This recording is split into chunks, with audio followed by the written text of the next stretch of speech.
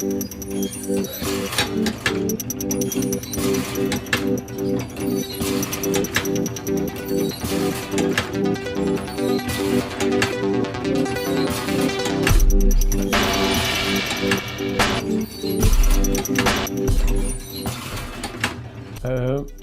compétition s'est accrue un petit peu dans les dernières années.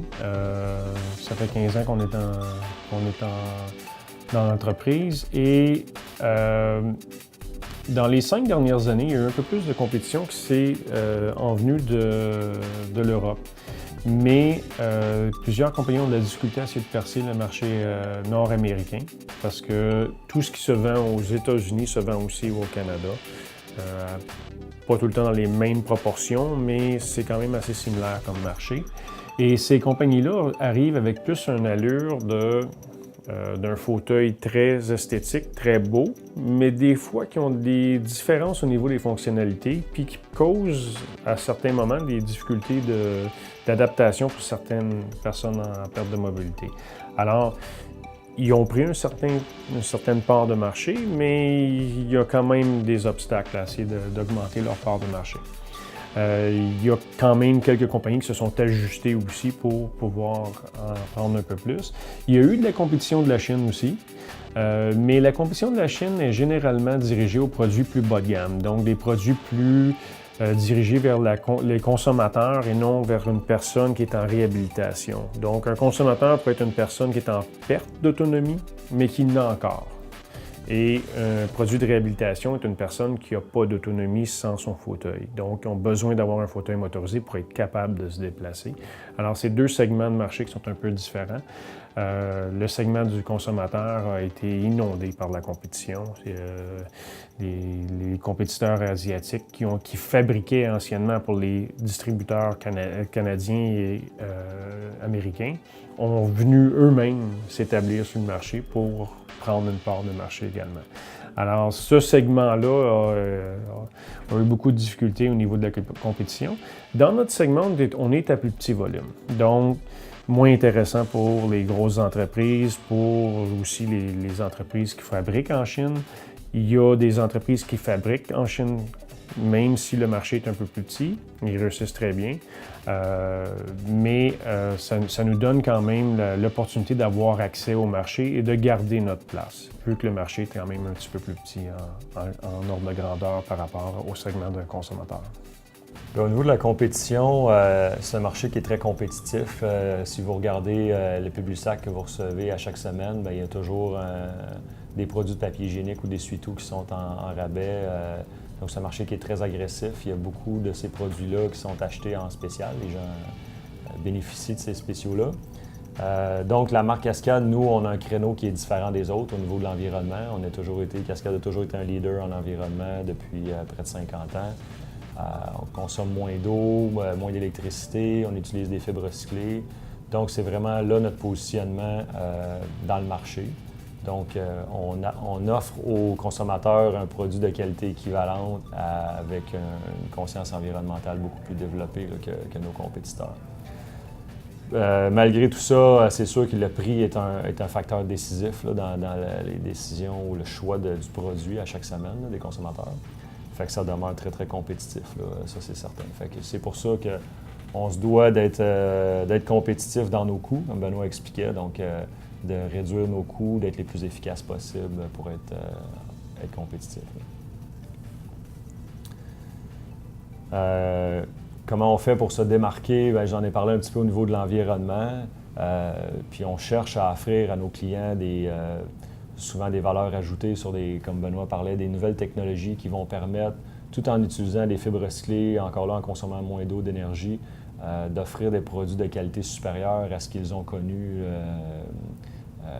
dans les produits qu'on pourrait appeler verts. Là. Donc, ce qu'on se rend compte de plus en plus, c'est que les gens ont la conscience environnementale, mais veulent avoir une qualité de produit acceptable aussi. Les gens sont prêts à faire un effort pour l'environnement dans la mesure où le produit rencontre les objectifs là, ou leurs attentes. Fait que c'est vraiment ça notre objectif comme compagnie, d'offrir des qualités égales ou supérieures aux produits qu'on retrouve en marché, mais vraiment avec une valeur ajoutée environnementale.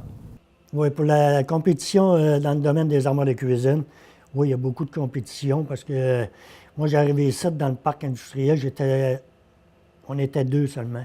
Aujourd'hui, on est rendu, je ne me trompe pas, on est rendu 5 dans le parc industriel. La compétition, oui, moi, je vais appeler ça les fonds de garage, si tu veux. Fait, les clients vont arriver ici, mettons, puis ils ont déjà rencontré 3 autres compagnies d'armoires de cuisine avant de venir me voir. T'sais. Fait que moi, je vais arriver, je vais reprendre ils vont arriver ici même avec leur plan déjà tout fait en 3D tout ça. Fait que moi, il n'y a pas de problème. Fait que je prends ça, fait que je leur montre toute la même chose aussi, qu'est-ce qu'il y a ici, fait que je recommence avec eux autres. Puis là, mais regarde, je leur fais le prix, puis il y a des fois. Bien souvent, ça marche, bien souvent, c'est parce que la compétition est tellement rough là-dedans, surtout pour les fonds de garage qu'il y a. Tu sais, les autres, ils coupent le prix pour finir. Fait que, pour se démarquer dans le domaine, là, moi, je vais te dire, c'est comment recevoir le client, être honnête avec le client, de lui dire la bonne chose quand que tu leur montres un produit. Quand tu leur parles, comme moi, là, je vais leur parler de... moi, je suis gros vendeur de portes en polyester. Mais je suis honnête avec eux autres. Je ne leur dirai pas que les portes en polyester, c'est tout du polyester au complet. Le centre de la porte, c'est un panneau de mélamine. Fait, je suis honnête avec mes clients et tout ça. Moi, c'est comme ça que j'ai puis le service après-vente. Fait, le client, s'il me demande comment je peux dire, tel matériel, qu'est-ce qui serait de mieux pour moi? Fait, je leur dis tout de suite la vérité. Puis, tout ça. Mais même moi, je ne refuse pas ici un client qui va passer ici à mon usine, qui va arriver seulement que réparer une porte. Mais ça me fait plaisir de dire oui, monsieur, regarde, je vous répare une porte. C'est de même que moi, je me démarque dans toutes les autres compagnies qui passent ici, qu'il y a dans les alentours. Ça arrive sud, parce qu'on est une maudite bonne gang de compagnies d'armoires de cuisine. Et pour se démarquer, il faut que tu sois honnête avec tes clients. Il faut que tu sois extrêmement honnête. C'est ça qui, pour moi, qui marche très bien. Et je refuse pas de faire, de réparer, comme je disais, une porte, une chaise. Après ça, le client me regarde, allez voir M. Camp. Regarde, bien souvent, c'est des cadeaux que je leur fais en même temps. C'est juste le fait de. J'étais un gars qui, je sais pas si ça paraît, mais moi, mon métier, ça fait 37 ans que je le fais, puis j'adore mon métier. Fait que je leur montre la même chose pour mes garçons. C'est pour ça que moi, que les clients passent ici. Puis... Bien, la compétition, c'est quelque chose que j'aime. Ça nous fait meilleur, je trouve. Mais je te dirais, l'imprimerie, en général, a mangé ses claques dans les dernières années. Je te dirais, on est regardé un peu comme qu'est-ce qui s'est passé dans l'industrie du textile. Mais la réalité, c'est que l'imprimerie va quand même bien. C'est juste qu'elle est en une période de changement incroyable. Et moi, j'ai le privilège d'être quand même nouveau dans le domaine. Ça fait juste 15 ans que je suis dans le domaine. J'ai pas une entreprise qui est de père en fils, où ce qu'on avait nos vieilles méthodes, où ce qu'on était des artisans dans le temps comme imprimeurs. Et ça a changé beaucoup en cause de la technologie, les ordinateurs et la technologie web. Donc, on a été capable, nous, puis c'est ça que ça a été notre force, d'une industrie qui est en déclin et en changement rapide, de s'ajuster rapidement parce qu'on ne connaissait pas rien d'autre. Donc, on s'est adapté rapidement à la technologie, que ce soit l'achat en ligne, que ce soit les impressions digitales numériques. Donc, pour nous, ça a été une bonne affaire. Quand je parle versus ma compétition, bien, dans la région ici, il y en a plusieurs, il y a des imprimeurs qui ça faisait 40 ans qu'ils existaient, qui ont fait faillite dans les dernières années, tout simplement parce qu'ils ne sont pas ajustés à la réalité du marché et aux demandes du marché. Et quand j'ai un compétiteur de près, tant que c'est une entreprise sérieuse qui veut faire de la business sérieuse avec sa clientèle et pas des spécialistes en faillite, disons, là, je pense que c'est bon pour notre industrie parce qu'il y a assez d'ouvrages pour tout le monde sur le marché. Moi, je suis le président de l'Association québécoise de l'industrie de l'imprimé, qui est une nouvelle association qui représente notre industrie. Et on utilise le mot de l'imprimé parce qu'on va beaucoup plus large que juste un imprimeur commercial. Et puis, je crois qu'il faut partager nos meilleures pratiques. Il faut partager notre information et notre savoir parmi notre industrie parce qu'il y a de l'ouvrage, je crois, pour tout le monde, mais d'une manière où ce que tout le monde le fait d'une manière prospère et respectueuse entre l'autre. Mais ici, à date, je dois dire, je suis chanceux et je suis choyé que les affaires vont bien et j'ai pas trop à me soucier de mes compétitions. Je pense que souvent, ma compétition va nous regarder puis essayer de nous imiter. Puis moi, je trouve ça flatteur qu'on ait un peu des leaders dans le marché. Puis on espère continuer à être de même dans les années à venir. Nous, on vend un prix, on négocie un prix avec un détaillant, puis c'est le détaillant qui décide du prix qu'il va mettre sur sa tablette. Dépendamment des détaillants, ils ont des stratégies de prix différentes. Il y en a qui ont des marges plus élevées que d'autres. Nous, ce qu'on fait à ce moment-là, c'est qu'on travaille avec eux on a un budget promotionnel, fait qu'on travaille avec eux différentes promotions ou différentes activités pour promouvoir justement que ce soit en circulaire ou des choses comme ça. Pour générer plus de volume de vente. La compétition, il y en a, mais on dirait que tout le monde est pas mal occupé avec leurs affaires. Des fois, mes compétitions me donnent l'ouvrage parce qu'ils n'ont pas assez de temps pour le faire eux-mêmes. Je dirais que c'est très rare que j'ai à soumissionner contre quelqu'un d'autre. Là. Ça peut arriver, mais c'est plutôt que je reçois la commande et je le fais. Là, t'sais. La compétition, on n'est pas beaucoup au Québec qui fabriquent ça, puis chacun a leur domaine. Il y en a qui vont faire des affaires plus de gamme économique, puis il y en a qui vont faire des coffres pour leurs applications à eux. Nous autres, on spécialise beaucoup dans le haut de gamme et des trucs qui sont compliqués, comme des postes de travail. C'est aussi simple que c'est 2 portes qui ouvrent et ça se trouve qu'il y a beaucoup de tiroirs, puis ça devient un poste de travail pour soit un technicien ou n'importe quoi, technicien d'éclairagiste ou technicien pour les instruments de musique. Donc, nous autres, notre spécialité, c'est ça. C'est comme ça qu'on se démarque un peu de la compétition. Puis chacun a leur morceau de temps, puis c'est comme ça un peu qu'on évolue. On n'a pas eu affaire là, à faire de la compétition sauvage ou rien de même. Là, on se connaît tous. Puis c'est un peu comme ça. Là, on est un peu tous frappés par ce contexte économique-là, parce que tout se sait, mais en fait, compétition, c'est une compétition saine que je devrais qualifier ça. Est-ce qu'il y en a beaucoup dans votre domaine? On est moins de 10. Je dirais peut-être même 5. Au Canada ou au Québec? Au Québec. Au Québec, c'est rare qu'on a affaire avec les Ontariens ou le reste ouest canadien. Il n'y en a pas beaucoup. Ça va être des 2, 3, 4 employés. La demande est vraiment Ontario-Québec et en Ontario, je dirais qu'il y a peut-être 3 fois plus de compagnies qu'ici. Mais j'ai des clients qui ont passé ici, OK, regarde, un tel m'a fait tel prix. Tu sais, ou un tel, ou ben non, je suis allé sur un tel.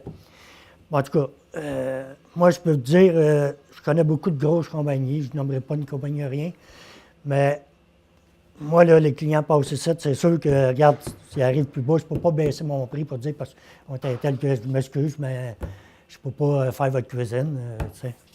Mais je peux vous dire, par exemple, que plus les compagnies, c'est gros, plus le service, il manque. Tandis que moi, j'ai connu ça, mais je peux vous dire, quand je reçois les clients, puis les clients m'ont dit, mais je viens d'une telle place, puis regarde, puis les clients ne me le disent pas tout de suite, puis je les ai servis de telle manière. Mais je peux vous dire que un coup que j'ai fini avec eux autres, ils partent, OK, on va réfléchir à ça. Puis ils me rappellent le lendemain pour prendre un autre rendez-vous, mais M. Quentin, on travaille avec vous. Justement pour la manière que je reçois mes clients, puis que, en tout cas, je ne sais pas comment vous expliquer ça, mais le client, juste l'approche, le client, il vient me revoir, puis bien souvent, c'est pas juste une question de prix. C'est une question de la manière qu'on les reçoit, la manière qu'on est honnête avec eux autres. C'est comme ça que je réussis.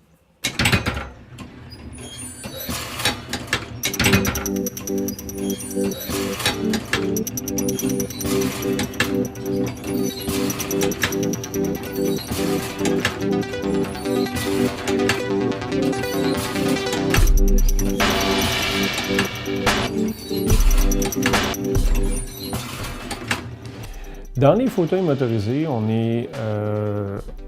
a besoin de toucher à de l'électronique et on a besoin de toucher à des composantes mécaniques. Donc, il faut quand même suivre un peu tous les matériaux possibles qu'on peut utiliser, les questions de poids, de restriction d'espace. Donc, dans certains cas, on doit être capable de déplacer une personne qui peut aller jusqu'à 550 livres, mais la personne doit passer à travers la porte, assis.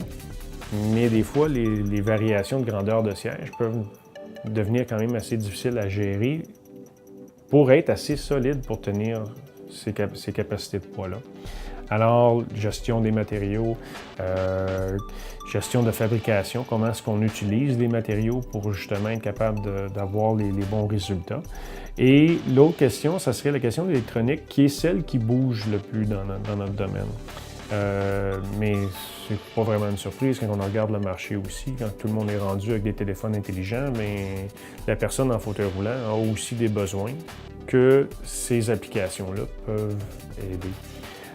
On est capable maintenant de s'approcher d'un bureau et de se brancher à l'ordinateur à l'aide du Bluetooth.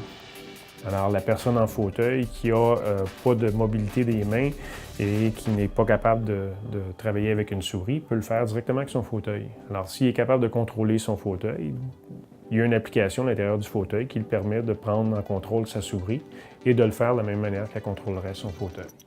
Alors, c'est toutes des applications comme ça qui arrivent et qui sont des nouveautés dans notre domaine dans les 5 dernières années et qui nous permettent maintenant de même automatiser la maison. On peut passer avec le Wi-Fi et directement contrôler des portes, des lumières, et ainsi de suite. Alors, il faut rester à l'avant-garde de ce qui existe. On ne fait pas tout nous-mêmes. On a quand même des collaborateurs qui nous aident aussi avec certains aspects de ces fonctions-là. Alors, on n'a pas besoin de savoir tous les détails, mais on a besoin de se tenir à l'affût de qu'est-ce qui arrive sur le marché. Ça, c'est sûr. On a plusieurs moyens de s'assurer qu'on a des équipements de haute gamme, là. Que ce soit autant, comme que Jean-David parlait, en environnement que sur le côté production. Fait que, premièrement, c'est sûr qu'on a une équipe technique au corporatif qui fait le suivi des différentes usines qu'on a, qui va chercher la technologie de différentes usines, puis les nouvelles technologies sur le marché, qu'est-ce qui se fait ailleurs, par des fournisseurs aussi qui sont informés, qui vont faire des essais, ce qui pourrait être utile pour nous ou pour d'autres compagnies. Fait que cette équipe technique-là du corporatif nous aide beaucoup à développer la technologie.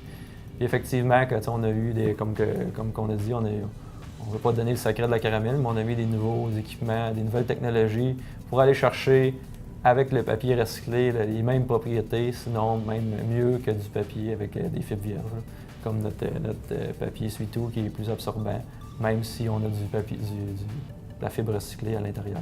Fait qu'on est, oui, à l'affût sur toutes les technologies, que ce soit aussi pour sauver l'énergie. On a des groupes aussi, un groupe spécialisé qui est aussi pour l'économie d'énergie, pour l'environnement. On a aussi, comme on parle d'un enjeu de tout le temps, on prend l'eau du fleuve pour nos machines à papier. Fait qu'on on essaie d'être de plus en plus en boucle fermée, de récupérer l'eau. Fait que des unités de filtration, par exemple, différents produits pour réussir à garder cette eau dans l'usine puis d'en prendre moins pour l'environnement. Que ce soit la même chose pour le gaz à effet de serre. Fait que c'est tous des points qu'on est à l'affût. Puis Cascade veut tout le temps être le premier, puis on est leader en matière d'environnement et de développement durable, fait qu'on veut le rester. Fait que c'est sûr qu'on ne se fie pas aux normes, on n'attend pas que les normes nous rattrapent, on veut tout le temps être en avant. Fait qu'on a tout le temps une équipe qui va voir ce qui se fait de nouveau. Puis on est souvent les premiers à le faire, mais dans le fond, c'est pour ça que Cascade est vraiment leader dans ce domaine-là. Donc on a toujours été en avance, là. Cascade va fêter 50 ans, puis bien avant que ce soit à la mode de sauver de l'énergie ou de l'eau, c'était dans les valeurs fondamentales de la compagnie.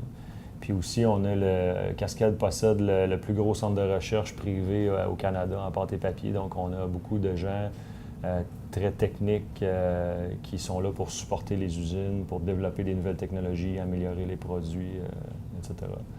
Benoît parlait tantôt du produit absorbant, là, Cascade Extrême. C'est un produit qui absorbe environ 50% plus que la marque nationale numéro 1 au Canada.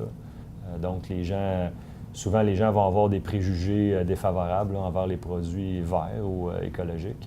Puis, en fait, c'est vraiment ça notre enjeu. Là. Fait avec les technologies, avec le savoir-faire qui a été développé dans ces années-là, ben, on peut offrir des produits de meilleure qualité sans compromis, là, de parce qu'ils sont verts. Là. Oh Seigneur, oui, la technologie est là. Il y a tellement d'équipements pour faire ça, mon ami. Moi, ici, c'est sûr que je n'ai pas l'équipement pour le faire. Pour faire... parce qu'aujourd'hui, la technologie pour les armoires de cuisine, je peux avoir besoin seulement qu'un homme pour couper mon armoire de cuisine, edger, puis percer les trous. Mais juste avec les CNC. Mon employé va mettre la feuille sur la CNC, puis on rentre ça dans l'ordinateur, fait que la machine, elle va tout couper, tout machiner en même temps. Puis pendant ce temps-là, mais lui, qu'est-ce qu'il a fait avant? Mais là, il s'en va sur la plaqueuse de champ. Fait que là, il peut tout edger toute l'armoire qui a été coupée avant. Fait que ça, c'est un employé juste pour faire toutes les armes. Mettons les côtés d'armoire, les fonds, edger. Fait que la technologie est très bien avancée là-dedans, oui. Bien, ça évolue beaucoup. C'est un sujet que je ne peux pas parler en long et en large. Ça reste des secrets internes ici, on peut dire. Mais on travaille avec des CNC. Au début, on gardait ça pour nous autres mêmes. Là. Ça nous donnait un avantage, mais maintenant, tout le monde est rendu avec ça. Une CNC, si je peux l'expliquer brièvement, c'est une machine numérisée qu'on met la feuille de 4x8 et tout est déjà pré-coupé. Et la toupie va se promener, puis elle va tout faire les découpes, tout à perfection. Donc ça, c'est une machine qu'on a depuis 2009, donc à peu près 4 ans qu'on a cette machine-là. Ça nous aide beaucoup, mais c'est compliqué aussi en même temps. C'est beaucoup de programmation, il y a beaucoup d'erreurs, puis quand c'est des erreurs qui coûtent cher. Aussi, qu'est-ce qu'on fait, c'est qu'on investit aussi beaucoup dans de nouvelles technologies. Ça va être dans les panneaux de composite que je ne peux pas aller plus en détail là parce que on est encore en train de travailler ça. Mais c'est des panneaux qui vont nous éviter à prendre du bois. Donc, il va y avoir moins de bois qui va se couper. Puis les panneaux sont faits très, très légers. On peut baisser le poids de ces panneaux-là d'à peu près 60 %. Oui, définitivement. La technologie, pour nous, c'est le nerf de la guerre. On se maintient constamment à l'affût de les nouveautés qui viennent. Comme par exemple, ce mois-ci, on s'en va à Londres, une conférence avec une couple de mes employés dans le département de marketing. On s'en va à Londres pour voir une conférence sur les médias croisés, pour voir qu'est-ce qui est de nouveau dans le marché. Puis bien souvent, en Europe, ils sont 2-3 ans à l'avance de nous autres au niveau de technologie qu'ils utilisent. On va aussi à chaque 4 ans à un des plus gros shows mondiaux qui est Drupa en Allemagne. Le dernier venait juste de se passer l'année passée. On était une équipe de 5 personnes qui étaient là pour voir les nouvelles tendances, les nouvelles outils. On a même acheté de l'équipement qu'on était en train de regarder pour l'entreprise. On va utiliser... on va acheter des équipements comme, je te parlais tantôt, la presse Indigo, qui est une presse numérique, mais bien souvent, on va s'entourer de d'autres équipements pour faire la finition et des logiciels de soutien là-dessus. Comme par exemple, quand on a acheté l'Indigo, on a acheté aussi un logiciel pour faire le développement de sites web d'achat en ligne et la commande en ligne. Donc, qui alimente la machine, pas obligé d'avoir un service à la clientèle qui alimente cette machine-là. On l'a aussi, mais on se donne un volet supplémentaire. Donc, on ne va pas tout simplement acheter un équipement, mais on va acheter tous les périphériques qui vont alentour. Par exemple, sur nos price offset, on a rajouté de la technologie pour faire la gestion de la couleur automatisée, pour faire la gestion de les images aussi, le registre, etc. Donc, la même chose, on était un des premiers dans la région, voilà 7-8 ans de ça, pour acheter une imageuse à plaque, un CTP qu'on appelle, et qui accélérait le processus d'être capable de mettre un imprimé sur Price. Et on adore ça. Et je vous dirais, on utilise des produits comme pour valoriser des documents imprimés comme la réalité augmentée. C'est encore quelque chose de nouveau sur le marché. Ça fait des années que ça existe, ce produit-là, en Europe. La réalité augmentée, c'est sensiblement un code QR sur des stéroïdes, que je dis tout le temps, parce que tu n'as pas besoin du petit carré noir de code QR, mais c'est un scan du visuel qu'on a imprimé. Et là, on peut rajouter un lien vers un lien web, puis faire une vidéo, faire un lien vers un appel téléphonique, ou etc., etc. Et ça, c'est des nouvelles technologies aussi. C'est comment adapter qu'est-ce qui se passe présentement sur le web et les applications et les documents imprimés, puis faire ce mariage-là. Donc, la nouvelle technologie nous permet d'intégrer ça, des services supplémentaires. Bien, il y a deux lignes directrices, là, l'absorption dans l'essuie-tout puis la douceur dans le papier hygiénique. Donc, c'est sûr que les compagnies travaillent fort pour toujours avoir des produits de meilleure qualité, comme ça. En fait, c'est dans tous les domaines. La qualité des produits augmente année après année dans tous les domaines. Fait que nous, dans le fond, c'est notre enjeu de vraiment s'assurer qu'on est compétitif à ce niveau-là. Puis, tout en utilisant justement des procédés qui, dans le fond, souvent vont être des contraintes. Donc, c'est plus facile de faire un papier de toilette plus doux avec des fibres vierges que de le faire avec du papier recyclé.